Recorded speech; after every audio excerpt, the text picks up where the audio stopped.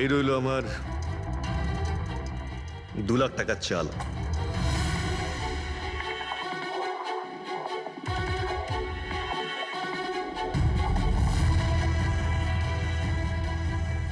আমার 3 লাখ টাকার চাল।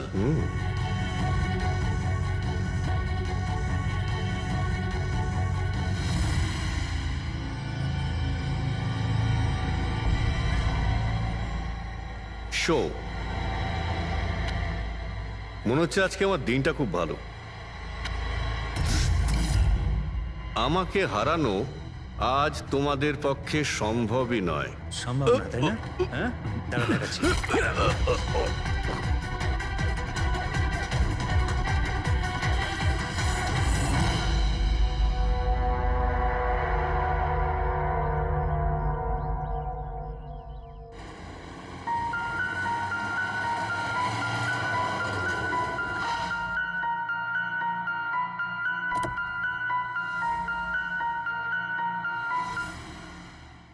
চলো বাচ্চারা,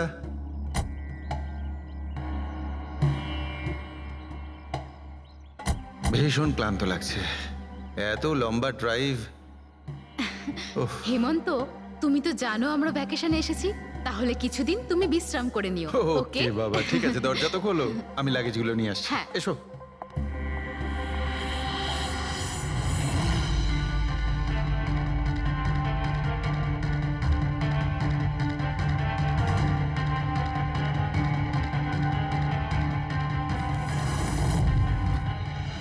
হেমন্ত, হেমন্ত তাড়াতাড়ি এদিকে এসো। এই এই দরজাটা। তুমি ওদের গাড়িতে বসাও, আমি দেখছি। হেমন্ত, সাবধানে প্লিজ। চলো চলো চলো।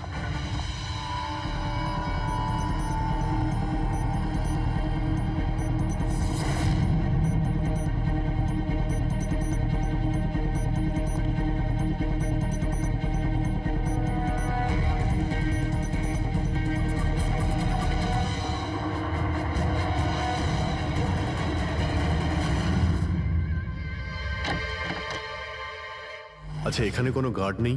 ছিল স্যার, বহু বছর একজন গার্ড ছিল, কিন্তু ওই মাস চারেক আগে তার মৃত্যু হয়, ব্যাস তারপর থেকে আর কেউ নেই। আমি ভেবেছিলাম যে এবার একজন নতুন গার্ড রাখবো।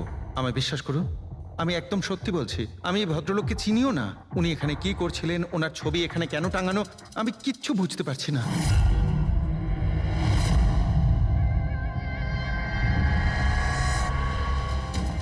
পঙ্কজ,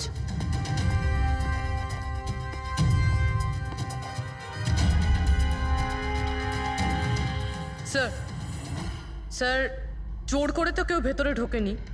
হ্যাঁ, পিছনের দরজায় তালা নেই কোনো, আর তার ছিটকানিটা বাইরে থেকে খোলা যায়। ওখান থেকে এসছে ওরা। আর স্যার, এই লিভিং রুমের যে জানলাটা আছে, এর বাইরে একটা কাটার ঝোপ আছে। ঝোপের মধ্যে এইটা পেলাম স্যার, কাপড়ের টুকরো। মনে হচ্ছে কেউ এর উপরে নজর রাখছিল ওখান থেকে, আর তাড়াহুড়ো করে দৌড়তে গিয়ে তখন এই কাপড়ের টুকরোটা ওইখানে আটকে যায়। মৃত ব্যক্তি ছাড়া এখানে আরো 4 জন ছিল, আর একজন লোক বাইরে, সব মিলিয়ে 5 জন। তাহলে এই ক্রাইমের অন্তত 5 জন সাক্ষী আছে। যদি ওই 5 জনের মধ্যে একজনকেও ধরতে পারা যায়, তাহলে জানা যাবে কাল রাতে এখানে কি হয়েছিল। 3 জন লোক আছে যারা এই খুনটা সম্বন্ধে জানে, এবং তারা যে খুন হয়েছে তার ছবি দেখে চিনতে পেরেছেন। কখন আসছে ওরা? একটা সময়। 5 জনের মধ্যে 3 জন প্রথমবারই পাওয়া গেল, নট ব্যাড। আর স্যার, ওনারা নিউজ দেখে নিজেরাই আমাদের সঙ্গে দেখা করতে এসেছিলেন। অসাধারণ ব্যাপার। সমাজে যদি বাজে লোক থাকে, ভালো লোকও অনেক আছে স্যার। কিন্তু ওরা কাল রাতে রিপোর্ট লেখালো না কেন? স্যার, স্যার এরা ওই 3 জন, প্রীতম, রণবীর, বিক্রম। প্রীতম, রণবীর আর বিক্রম। তোমরা সবাই জানো ওই খুনটার ব্যাপারে? Yes sir. 3 জনের আলাদা করে স্টেটমেন্ট নাও। স্যার, যখন সিডের খুন হয়েছিল তখন আমি ওখানেই ছিলাম। সিড? ওর নাম সিড ছিল? হ্যাঁ স্যার। স্যার, আমি ওদের চিনতামও না। কালকে প্রথমবার ওদের সাথে দেখা হয়েছে, আর কালকেই খুন হয়ে গেল। এক মিনিট। সব কিছু ঠিক মতন বলবে। স্যার, আসলে ওই যে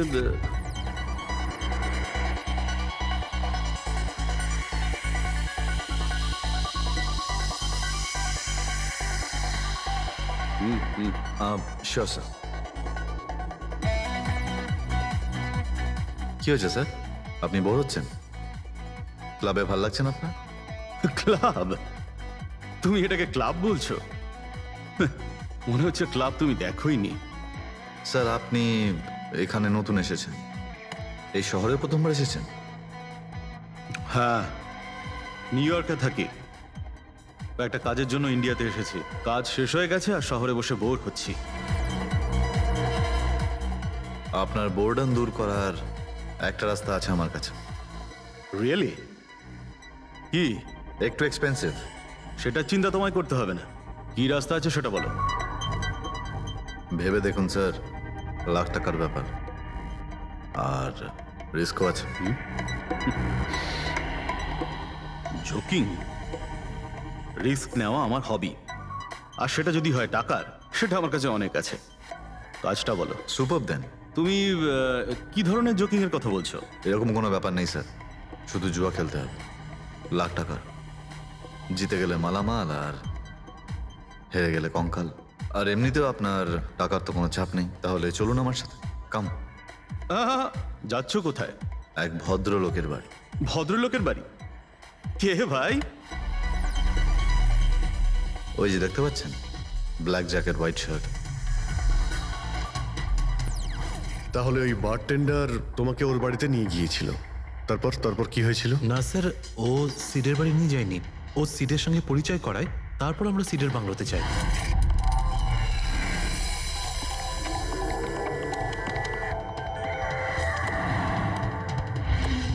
আর যখন আমরা ওখানে পৌঁছলাম তখন আগে থেকেই দুজন ওখানে ছিল।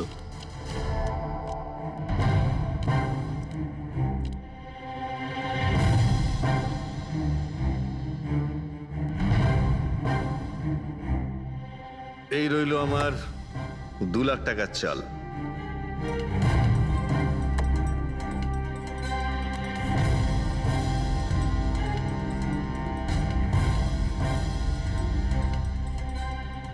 শো দেখা। দারুণ ব্যাপার ভাই। কি খেয়ে বসেছিস? জিতেই চলেছিস। আমাদেরও বলে দে, আমরা একটু টাকা কামাই। ভাই, যদি খেলেই যেতে পারা যেত তাহলে তো কোনো কথাই ছিল না। এগুলো সব কপালের ব্যাপার, আর আজ আমার কপাল ভীষণ ভালো। সেটাই মনে হচ্ছে। তাহলে আরেকটা ডিল হয়ে যাক। হয়ে যাক। এটা কি করে হতে পারে? বললাম না আমার কপাল খুব ভালো। তোর লাক আজকে ভালো না অন্য কিছু? মানে এটাই যে তুই তাসের মধ্যে সেটিং করে রেখেছিস। এ নিশ্চয়ই তাসের মধ্যে কিছু গোলমাল করে রেখেছে। ভাই, এর বাড়ি হয়তো কোনো ক্যামেরাও লাগিয়ে রেখেছে, নাকি তাসে গন্ডগোল করে রেখেছে। ভেবে দেখার ব্যাপার। তোর মনে হচ্ছে আমি চিটিং করছি? অফকোর্স, নাহলে আমাদের মধ্যে কারো হাতে ভালো তাস এলো না কেন? ওর এলো না, আমার এলো না কেন? তুই চিটিং করছিস, চিটার। এই, তুই আমাকে চিটার বলছিস? হ্যাঁ, তোকে চিটার বলছি। ও, হার মেনে নিতে পারছিস না তুই, তাই তো? খোকা, এটা বড়দের গেম, বাচ্চাদের নয়। যদি এখানে জিততে হয় না, তবে কার্ডে জিততে হয়। তাহলে বেরিয়ে যায় এখান থেকে। মুখ সামলে কথা বল। কি করছিস কি? তুই মুখ সামলে কথা বল, এটা আমার বাড়ি, বুঝলি? বেরিয়ে যা এখান থেকে। কি করছিস কি ভাই? আরে ওকে তাড়া কেউ এখান থেকে। তার মানে হরিশ ওখান থেকে চুপ করে বেরিয়ে গেল। হ্যাঁ স্যার, প্রথমে আমারও মনে হচ্ছিল যে ও চলে গেছে, কিন্তু ও কিচেনে গেছিল। কিচেনে? হ্যাঁ স্যার, কিচেনে। যখন ও কিচেন থেকে বেরোলো তখন ওর হাতে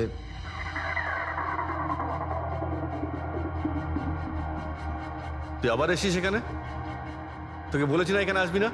বেরো এখান থেকে। আবার কি হলো কি? এই, তুই আবার হাত দিচ্ছিস গায়ে? আরে ভাই, আরে কি করলি কি তুই? আরে মেরে দিল ওকে। এটা এটা কি করলে? মেরে দিলে? আমি অ্যাম্বুলেন্সকে কল করছি, তোরা এখানে থাক। আরে মরে গেছো? পুলিশকে ফোন কর, না হলে আমরা সবাই ফেসে যাবো। পুলিশকে ফোন করলে আমরা বেঁচে যাব?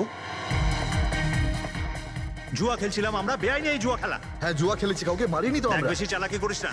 পুলিশ যদি আসে না, আমি একা ফাঁসবো না, সবাই মিলে ফাঁসবো। সেভ একটা কাজ করতে পারি, তোরা এখান থেকে যা, আমি কাজটা খতম করে আসছি। তোমরা কত টাকা হেরেছিলে? স্যার 30 লাখ। আমার প্রায় 50 লাখ মতন। স্যার 35 লাখ। এক মিনিট রণবীর, তুমি বলেছিলে যে সিড ওই সময় সাদা শার্ট পরেছিল। ইয়ে স্যার, উনি সাদা শার্টই পরেছিল। আর বিক্রম? তুমি বলেছিলে যে ও হলুদ শার্ট পরেছিল। হ্যাঁ স্যার, ও হলুদ শার্টই পরেছিল। ও সাদা বা হলুদ রঙের শার্ট পরেছিল না, একটু ব্লুইশ কালার ছিল শার্টটার, আমার ভালো মনে আছে। কিভাবে সেটা হয়? আমরা যখন লাশটাকে পেয়েছিলাম তখন ও হোয়াইট কালারের শার্ট পরেছিল, আর রণবীরও তো এই একই কথা বলছে। এটা কিভাবে সম্ভব? একই সময়ে আলাদা আলাদা ড্রেসে কিভাবে খুন হয়? স্যার, যখন মার্ডার হলো তখন এটা কেউ ছিলই না ওখানে। ছিল না মানে? মানে এটাই যে আমার ভালো মতো মনে আছে, এটা 6 মাস আগের ঘটনা। এরা এরা ছিল না ওখানে। না স্যার, এটা পুরো 1 বছর আগের কথা। কি সব বলছে স্যার এরা? খুন তো কাল রাতে হয়েছে, তাই না? এক্স্যাক্টলি, খুনটা গতকাল রাতেই হয়েছিল। আর সেই সময় উনি সাদা রঙের শার্টই পরেছিলেন। এক মিনিট, এসব তোমরা কি বলছো? কাল রাত, 6 মাস, 1 বছর আগে? হ্যাঁ স্যার। আই হোপ তোমরা একটা লোকের মার্ডারের কথা বলছো যা কাল রাতে হয়েছিল, তাই তো? আর তোমরা বলছো এই দুইজন ছিল না মার্ডারের সময়? স্যার, এরা দুজন ওখানে ছিল না। আমি যে মার্ডারের কথা বলছি সেটা 6 মাস আগে হয়েছে। স্যার, খুনটা কাল রাতেই হয়েছিল। আর সেই সময় যারা ছিল সেই দুজন অন্য কেউ ছিল, ওরা তখন ওখানে ছিল না। হ্যাঁ স্যার, ওরা ঠিক বলছে, আমিও চিনি না এদেরকে। তোমরা তিনজনের সিডের কথাই বলছো তো? আর মার্ডার হওয়ার আগে ও তোমাদের সঙ্গে চেরিস ক্লাবে দেখা করেছিল তো? আর তারপরে ও তোমাকে হেমন্ত বিলায় নিয়ে গেছে। না না স্যার, ও আমাকে সংকল্প ম্যানশনে নিয়ে গেছিল। আর সেটা ওই কীর্তি হিলসে, হ্যাঁ কীর্তি হিলসে ছিল। না স্যার, ও আমাকে ইয়াশ হাউসে নিয়ে গেছিল, যেটা কার্টিস রোডে রয়েছে। একটাই লোক 3 বার 3 জায়গায় 3 রকম আলাদা আলাদা জামা কাপড় পরে কি করে মরতে পারে? হ্যাঁ, সালুকে বলো। আচ্ছা, ঠিক আছে, ওকে। অজিত, সালুকে কোনো সূত্র খুঁজে পেয়েছে। তোমরা যাও, সালুকের সঙ্গে দেখা করো, আর ততক্ষণে আমি এদেরকে একটু জিজ্ঞাসাবাদ করি।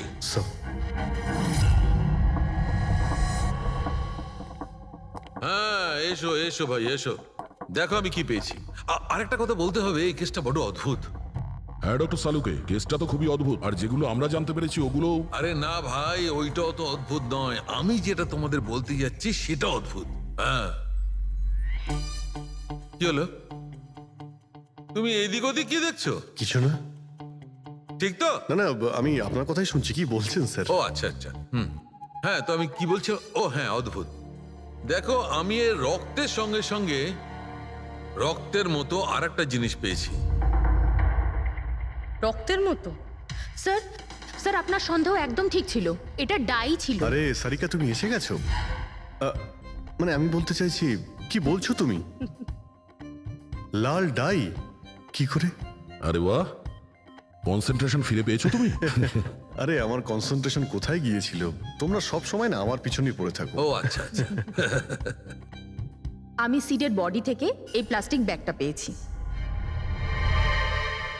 এই ব্যাগ ওর শার্টের ঠিক নিচে ওর বডির সাথে টেপ দিয়ে আটকানো ছিল। আর এই ব্যাগটাতেই একদম রক্তের মতো ডাই রাখা হয়েছিল। এটা তো ঠিক ওই রকমই যেটা ফিল্মের শুটিং এ ইউজ করা হয়। বা হয়তো নাটকে। নাটক? হ্যাঁ, নাটকে। যতদূর আমরা জানতে পেরেছি তাতে এটা পরিষ্কার যে সিড একজন ঠক ছিল। সিডা তার সঙ্গীরা মিলে জুয়া আর মার্ডারের নাটক করে লোকেদের ঠকাতো। তার মানে এসবের মধ্যে ওই বারটেন্ডারও যুক্ত ছিল। ও জেনে বুঝে বড় লোকদের ফাঁসিয়ে এখানে এই কার্ড পার্টিতে পাঠাতো, আর তারপরে এই মার্ডারের নাটক। তো এই জন্য রণবীর, বিক্রম আর প্রীতম আলাদা আলাদা জায়গায় আলাদা আলাদা সময় এর মার্ডার দেখেছে। আর ওরা এসব অনেক আগে থেকেই করছে, কিন্তু কাল রাত ওদের নাটক বাস্তবে পরিণত হয়। প্রতিবারই একটা নতুন বাংলো, নতুন লোক ঠকানোর জন্য। আর বাকি সব সেম, একই খেলা, একই ঝগড়া, আর সেই একই সিটের মার্ডারের নাটক। লোকেদের কাছ থেকে টাকা নিয়ে পুলিশ কেসে নামে লোকেদের ভয় দেখিয়ে বের করে দেওয়া। সব কিছু সেম টু সেম। প্ল্যান তো খুব ভালো ছিল, কিন্তু কালকে হঠাৎ মার্ডার কি করে হয়ে গেল? কারণ কালকে রাতে একটা গন্ডগোল হয়েছে। মানে? 1 মিনিট।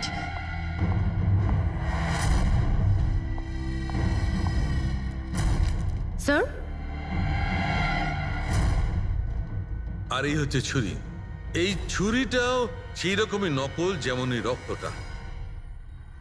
যদি এটাকে কারোর শরীরে মারা যায় তখন এটা শরীরের ভেতরে যায় না, এটা ছুরির ভেতরেই চলে যায়। এই দেখো। কিন্তু ডক্টর, এটা যদি নকল চাকু হয় তাহলে এই নকল চাকু দিয়ে সিড মারা গেল কি করে? কালকে রাতে একটা ভুল হয়েছিল। এখানে একটা পেঁচ আছে, এই দেখো। যদি এই পেঁচটাকে ঘুরিয়ে দেওয়া যায় তখন এই ফলাটা আটকে যায়, ভেতরে ঢুকতে পারে না। তারপর এই ছুরিটা দিয়ে কেউ যদি আঘাত করে শরীরের ভেতরে ঢুকে যায়। কেউ ইচ্ছে করে এই ছুরিটাকে এরকম বানিয়েছে যাতে সিড মরে যায়। এরকম তো সেই লোকটাই করতে পারে যে এই খেলার ব্যাপারে সব কিছু জানতো। এটা বোধহয় সে যে লিভিং রুমের ব্যালকনিতে ছিল, যার কাপড়ের টুকরো আমরা পেয়েছিলাম। আর দ্বিতীয়ত, আমাদের খুনির কাছে সে পৌঁছবে যে বাকি লোকেদের কার্ড পার্টি পর্যন্ত পৌঁছেছে। ওই bartender Dinesh. Excuse me? I am sorry sir, এখনো ক্লাব ওপেন হতে বেশ কিছুটা সময় বাকি আছে। Sorry sir. আমরা একটা কেসের ব্যাপারে এখানে এসেছি, আমরা সিআইডি থেকে। সিআইডি? হ্যাঁ বলুন স্যার, আমি কি করতে পারি আপনার জন্য? স্টাফেদের সঙ্গে কিছু কথা আছে। স্টাফেরা এখানে আছে? এখন সবাই তো এখানে নেই, কিছু লোক আছে যারা লকার রুমে ইউনিফর্ম চেঞ্জ করছে। আপনাদের একজন বারটেন্ডার দিনেশ, সে কোথায়? ম্যাম, কাল থেকে ও কাজে আসেনি, জানি না না বলে কোথায় গেছে। আচ্ছা স্যার, ব্যাপারটা কি? ও কিছু ঘটিয়েছে নাকি? করেছে কি করেনি সেটা পরে আপনি জানতে পারবেন। আপাতত আপনি ওর অ্যাড্রেস দিন আমাদের। স্যার, ও এখানে যে অ্যাড্রেস দিয়েছিল সেটা ভুল অ্যাড্রেস। অ্যাকচুয়ালি ও যখন উধাও হয়ে গিয়েছিল এখানে অ্যাড্রেস বুক থেকে ওর সব ডিটেলস বার করেছিলাম আমি, কিন্তু তারপর দেখলাম যে অ্যাড্রেসটা ভুল। আপনি চাইলে আমি আপনাকে অ্যাড্রেসটা দিতে পারি, কিন্তু আমার মনে হয় না আপনি ওকে ওখানে খুঁজে পাবেন। আপনি যখন কাউকে কাজে রাখেন তখন তাদের ডিটেলস নিয়ে রাখেন না? আপনি কি জানেন আপনার এই বারকে সামনে রেখে ও লোককে ঠকাতো? হোয়াট? আর আমরা এখন ওকে একটা খুনের ব্যাপারে খুঁজছি। Murder? I am sorry ma'am, আমি সত্যিই জানতাম না। সেই জন্যই আগে থেকে ভালো করে খোঁজ নিতে হয়। রুলসগুলো আপনার ভালো করে ফলো করা উচিত ছিল। আগে থেকে এগুলো করলে আজকে এরকম প্রবলেম হতো না। I am sorry sir. আচ্ছা, এই দিনের সম্পর্কে আর কি বলতে পারো? কিছু জানো ওর সম্পর্কে? না স্যার, তেমন বিশেষ কিছু নয়, কারণ ও খুব কম কথা বলতো, বেশিরভাগ চুপ করেই থাকতো। সেই জন্য ওর বন্ধু কম ছিল, শুধু এক মেয়ে ছাড়া, মানসী। ও এখানে ওয়েট্রেসের কাজ করে। ওদের মধ্যে ভালো ভাব ছিল, যদিও ওরা দুজনে কোনোদিন এটা প্রকাশ করেনি, কিন্তু আমার মনে হয় যে ওদের মধ্যে প্রেমের সম্পর্ক ছিল। তো আপনি মানসীকে জিজ্ঞেস করেননি কি ছিল ওদের মধ্যে? জিজ্ঞেস করেছিলাম ওকে, কিন্তু ও নিজেও জানে না। কোনো ব্যাপার না, মানুষকে একবার ডাকুন তো। ঠিক আছে স্যার। স্যার, মানসী। মানসী, দিনেশ তোমার বন্ধু ছিল? ছিল মানে? ও ঠিক আছে তো? দেখো, একটা খুন হয়েছে, আমরা সন্দেহ করছি দিনেশ ওটাতে ইনভলভ আছে। আমরা ওকে খুঁজছি। তুমি জানো কোথায় আছে ও? আমি নিজেই অনেক টেনশনে আছি, ওর ফোনও লাগছে না। আর ও এখানে যে অ্যাড্রেসটা দিয়েছিল সেটাও নকল।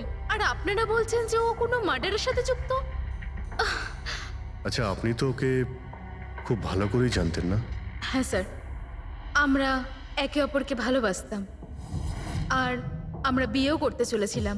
সেই জন্য ও কিছু টাকা জোগাড় করতে চাইছিল। আচ্ছা, ও এই টাকাটা ক্লাবের চাকরি থেকে জমাচ্ছিল নাকি অন্য কোনো সাইড বিজনেস ছিল ওর? চাকরি ছাড়া ও শেয়ার বিজনেসে ও টাকা লাগিয়েছিল। আর আমাকে বলতো যে ও অনেক টাকা রোজগার করছে, আমাকে দামি দামি গিফট দিত আর দামি দামি রেস্টুরেন্টও নিয়ে যেত। তো ও তোমায় ওর ঠকানোর বিজনেসের ব্যাপারে কিছুই বলেনি? ওর কোনো ছবি আছে তোমার কাছে? হ্যাঁ আছে।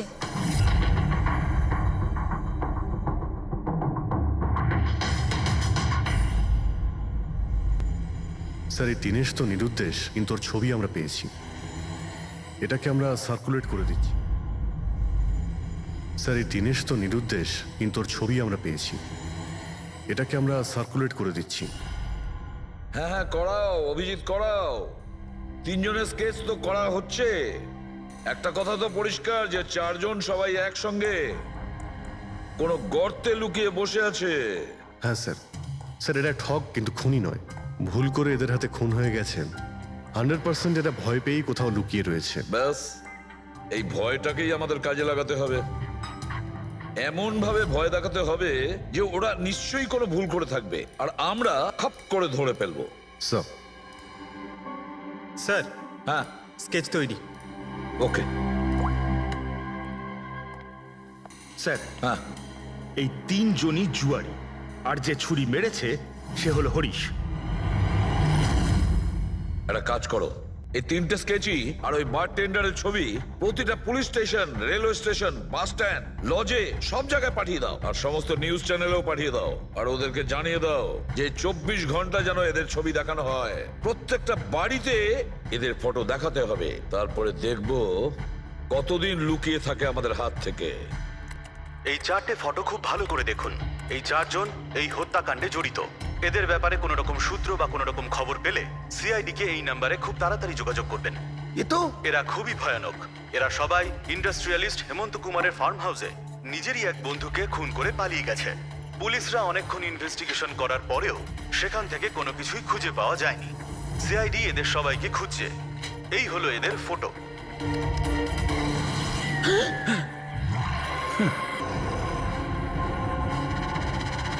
ভাই শোন না, ম্যাচটা চালু কর না, ম্যাচ হচ্ছে। এরা সবাই ইন্ডাস্ট্রিয়ালিস্ট হেমন্ত কুমারের ফার্ম হাউসে নিজেরই এক বন্ধুকে খুন করে পালিয়ে গেছে। সিআইডি এদের সবাইকে খুঁজছে। এই হলো এদের ফটো। দেখলি তুই, এরা তো সবকিছু জেনে ফেলেছে। ভাই ছবি টবি সব দেখাচ্ছে, সমস্ত ডিটেলস দেখাচ্ছে। বাজেভাবে ফেসে যাবো ভাই এসবে। হাসবো তো বটেই, আমি তোদের আগেই বলেছিলাম যে চল পালিয়ে যাই, কিন্তু তোরা তো শুনলেই না। এবার এবার পুলিশ আসবে, সব জায়গায় খোঁজ করবে, আর তখন আরে এখনো এখনো এখনো অনেক সময় আছে। চল পালাই, এই ব্যাগ তোলা, সবাই মিলে পালাই, চল।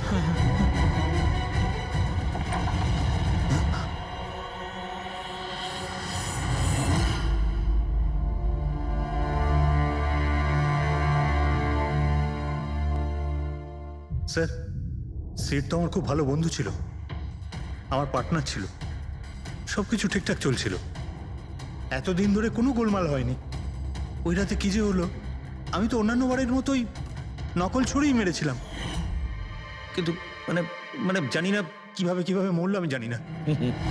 এও জানে না। ওসব নাটক বন্ধ করো আর সত্যি করে বলো। বলো।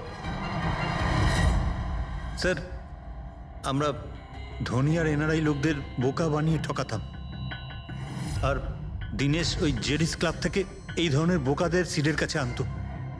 তারপর আমরা সেই বড় লোক এনআরআই লোকগুলোকে কোনো খালি নির্জন বাংলোয় নিয়ে যেতাম, যেটা আমরা প্রথম থেকেই সিডের বাংলোর মতো সাজিয়ে রাখতাম। হ্যাঁ স্যার, আমার একটা বিজনেসও আছে স্যার, রিয়েল এস্টেটের বিজনেস। তাই স্যার এই কাজের জন্য এরকমই খালি শুনশান বাংলোর খোঁজ করতাম আমি স্যার, আর তারপর অ্যাভেলেবেল করাতাম এই কাজের জন্য স্যার। স্যার প্রথমে আমরা মুরগিকে জিততে দিই, আর তারপর যখন সে ভরসা পেয়ে যায় তখন সিট জেতা শুরু করে দেয়। এই সব কিছুর প্ল্যান থাকতো স্যার, সিট জিততেই থাকতো, আর আমি আর ওরা আমার মধ্যে ঝগড়া শুরু হতো, আর আমি রেগে গিয়ে ওকে খুন করে দিতাম, মানে মিথ্যে করেই। এসব দেখে ধনী এনআরআই লোক ঘাবড়ে যেত আর ওদের টাকা পয়সা ফেলে পালিয়ে যেত। ওঠে পর, নাটক শেষ, চলে গেছে ও।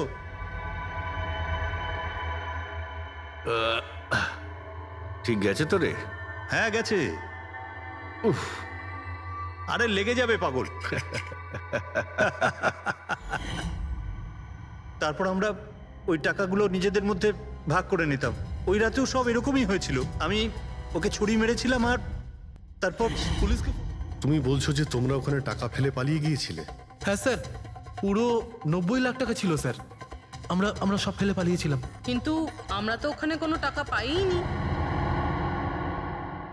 আমি কিছু জানি না ম্যাম, ওই টাকাটা কোথায় গেছে, ওই নকল ছুরিটাই বা আসল কি করে হয়ে গেল, সিডের খুন কি করে হয়ে গেল, আমি কিচ্ছু জানি না ম্যাম।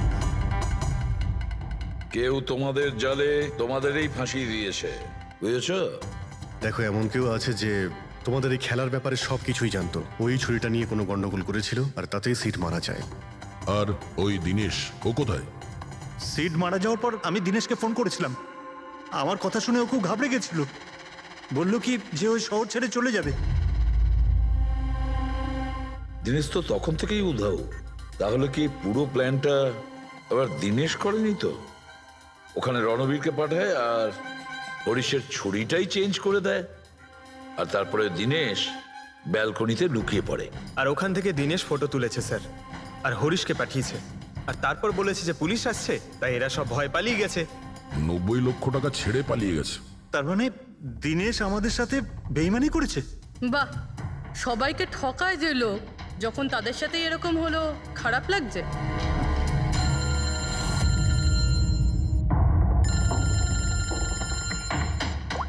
হ্যাঁ বলো সালুকে। ফ্যান্টাস্টিক, ঠিক আছে। সালুকে বললো যে প্রমাণ পাওয়া গেছে, যে জিনিস দুটো আমরা দিনেশের কথায় আমরা পাঠিয়েছি।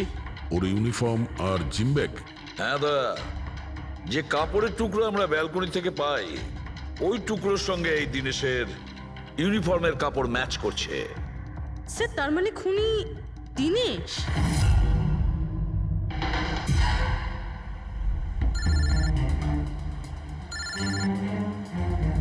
এসিপি স্যার, হ্যালো, কি জিটি রোড? ঠিক আছে স্যার, ওকে ওকে। জিটি রোডে যেতে হবে।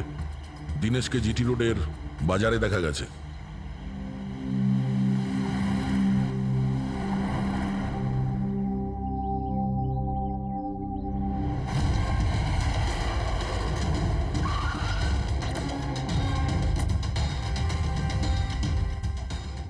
ভাই, এই লোকটাকে দেখেছো এখানে?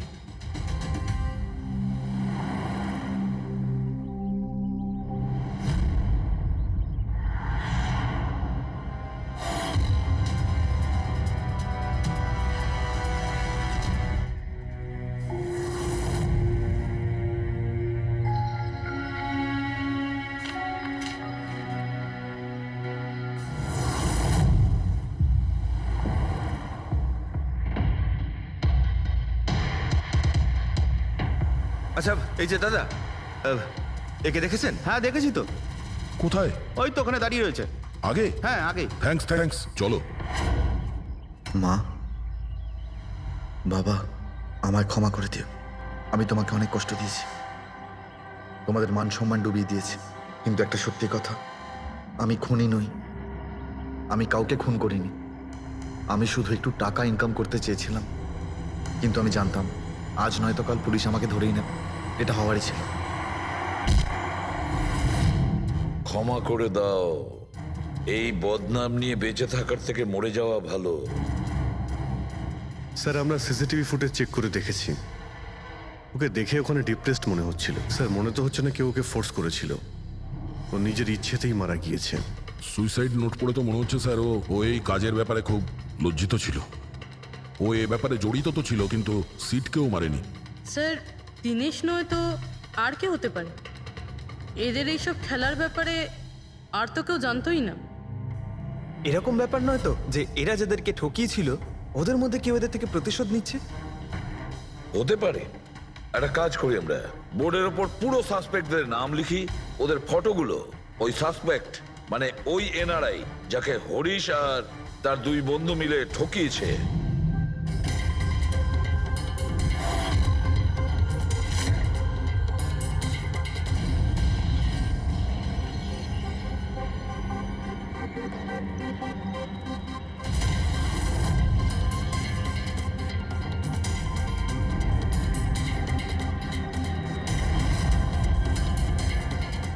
স্যার, এই হলো সেই সমস্ত লোকগুলো যারা এই কেসের সঙ্গে জড়িত। অভিজিৎ, খোঁজ নিতে হবে খুনের সময় এরা কোথায় ছিল। পুরো ইনফরমেশনটা আমরা এয়ারপোর্ট ইমিগ্রেশন থেকে পেয়ে যাব। স্যার, এই ফটোগ্রাফে যে 8জন লোক আছে সেই সময় তারা ইন্ডিয়াতে ছিলই না। ইনফ্যাক্ট বেশিরভাগ লোকই এই ঘটনার পরে ইন্ডিয়াতে ফেরেইনি। শুধু এই 4 জন ছাড়া এই 3 জন সাক্ষী, বিক্রম, রণবীর, প্রীতম আর মিস্টার রানা। স্যার, এক্ষুনি আমি মিস্টার রানার বাড়িতে ফোন করেছিলাম, ওনার ওয়াইফ ধরেছিলেন। বললেন যে 3 বছর আগে উনি মারা গেছেন, আর 3 বছর আগে এরা ওনাকে ঠকিয়েছিল।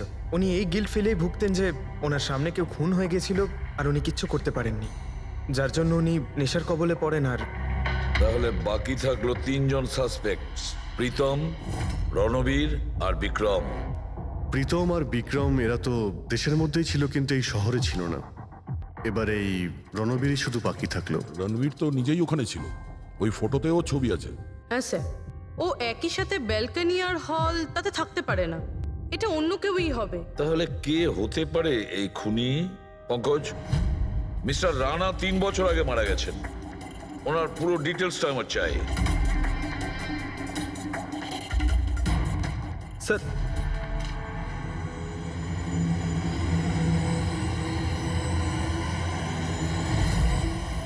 এটা কোনো একজন লোকের কাজ নয়, অন্য কেউ আছে যে ওর সঙ্গে কাজটা করেছে।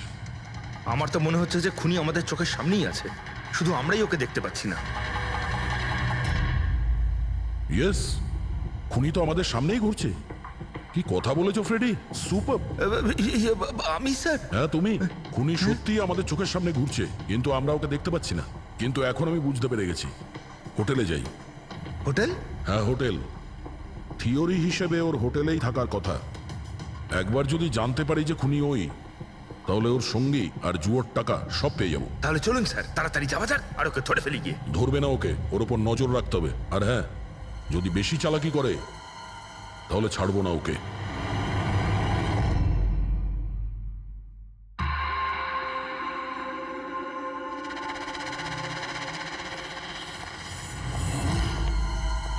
এক্সকিউজ মি, হ্যাঁ স্যার, আমি আপনার ফোন থেকে একটা ফোন করতে চাই। করুন স্যার। ওয়েল, আমার একটু প্রাইভেট কথা ছিল আর কি। এছাড়া কি আপনার কাছে অন্য কোনো ফোন আছে? স্যার ওইটাই চলে যান, ওটা থেকে কথা বলে নিন। Thank you. Thank you.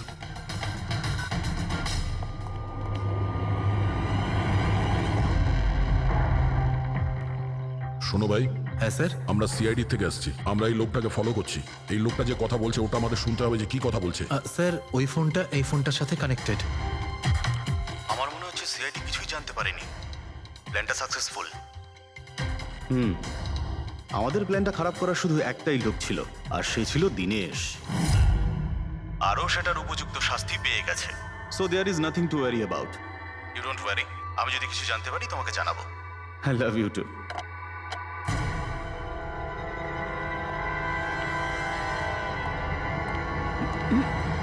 এই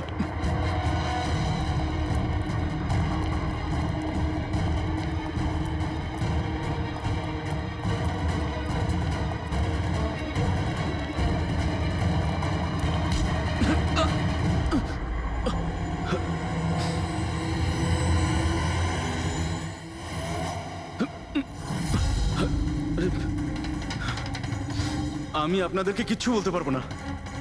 আমি এই ব্যাপারে কিচ্ছু জানি না। তুই কিছু বলিস আর না বলিস, তুই ফোনে যা কথা বলছিলি না ওটা আমরা সবাই শুনে নিয়েছি, বুঝলি? শুধু এটা বল, টাকা কোথায়?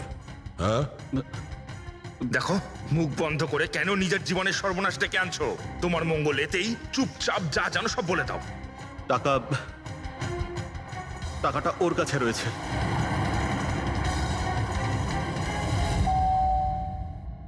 একটু দেখ তো মা, কে বেল বাজাচ্ছে? হ্যাঁ মা।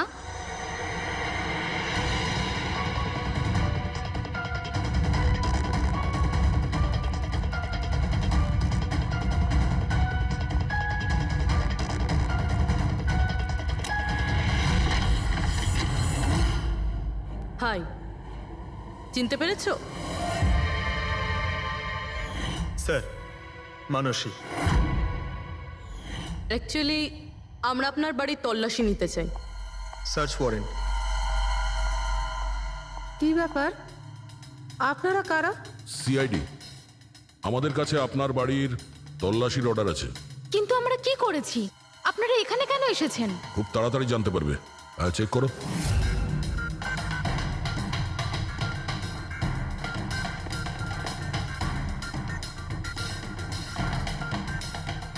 দয়া স্যার।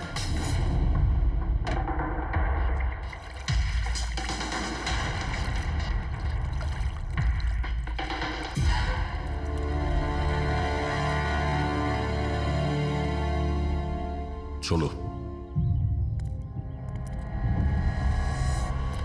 এই নোটগুলোতে রক্ত লেগে রয়েছে। ডিএনএ টেস্ট করলেই জানতে পেরে যাব যে এই রক্তটা সিডের, তাই না? এবার বলো, কিছু জিজ্ঞেস করবে? এখন এ জিজ্ঞাসা করবে না, আমরা জিজ্ঞাসা করব ব্যুরোতে। কিন্তু আপনারা আমাকে কেন সন্দেহ করলেন? শেষবার আমাদের মনে হয়েছিল যে দিনেশ খুনি, কিন্তু ও সুইসাইড করে প্রমাণ করে দিয়েছে যে ও খুনি নয়। মানুষ এটা কি চেনো? এটা তোমার ইউনিফর্মের কাপড়ের টুকরো। এটার কারণে আমরা তোমাকে সন্দেহ করছি, বুঝেছো? আর তারপর আমরা এইটা খোঁজ লাগালাম যে তুমি এরকম কাজ করলে কেন। আপনি জানতেন যে আমি এসব কেন করেছি? মিস্টার রানা, আপনার বাবা ছিল, রাইট? হ্যাঁ, উনি আমার বাবা ছিলেন, আর ওনার প্রাণ সিড আর ওনার সঙ্গীতের জন্য গেছে। উনি ওই ঘটনাটা কিছুতেই ভুলতে পারেননি, আর উনি একজন ডায়াবেটিসের রোগী ছিলেন। তারপরে উনি প্রচুর ড্রিঙ্ক করতে শুরু করে দিয়েছিলেন। উনি কি জানতেন এগুলো যা হচ্ছে সেগুলো সবই নাটক? না, উনি কিছুই জানতেন না। যদি এটা জানতেন তাহলে নিজের প্রাণ নিতেন না। উনি তো এই সব কিছুকে সত্যি মনে করতেন। ইউএসএ তে ছিলাম আমি, যখন মা আমাকে কল করলো। বাবার অবস্থা খুব খারাপ ছিল। যখন আমি ইন্ডিয়া আসলাম তখন উনি আমাকে বললেন যে আমাকে ওনার কোনো অসম্পূর্ণ কাজ পূর্ণ করতে হবে আর ওনার অপরাধীদের শাস্তি দিতে হবে। তারপরে আমিও বাবাকে প্রমিস করেছিলাম যে আমি ওনার অসম্পূর্ণ কাজ শেষ করব। তারপরে উনি আমাদের সবাইকে ছেড়ে চলে গেলেন। তারপরে তুমি কি করলে? তারপরে আমি খোঁজ করা শুরু করি, কিন্তু ওই সময় এরকম কোনো কেস রেজিস্টারই হয়নি। কিন্তু পরে আমার মনে পড়েছিল, বাবা বলেছিল যে এই জেডিস ক্লাবে দিনেশ ওনাকে সিডের সাথে দেখা করিয়েছিল। তো এইভাবে তোমার সঙ্গে দিনেশের দেখা হয়? হ্যাঁ, তারপরে আমি ওখানে ওয়েটারে চাকরি করা শুরু করি। দিনেশকে নিজের বন্ধু বানাই আর ধীরে ধীরে ওর কাছে আসতে থাকি। তারপরে পুরো বিষয়টাই আমি বুঝতে পেরেছিলাম যে কিভাবে ওরা আমার বাবাকে বোকা বানিয়ে আমার বাবার থেকে টাকা নিয়েছিল। কিন্তু আইনের কাছে সাহায্য চাওয়ার বদলে তুমি আইন নিজেই হাতে নিয়ে নিলে। বেইমানির বদলে বেইমানি। দিনেশের সঙ্গে তুমি ভালোবাসার নাটক করেছিলে। হ্যাঁ, আমি নাটক করেছি। ওদেরকে উপযুক্ত শাস্তি দেওয়ার জন্য আমি এটা করেছিলাম। আর এতে তোমার সাহায্য করেছে তোমার প্রেমিক, তোমার আসল বয়ফ্রেন্ড।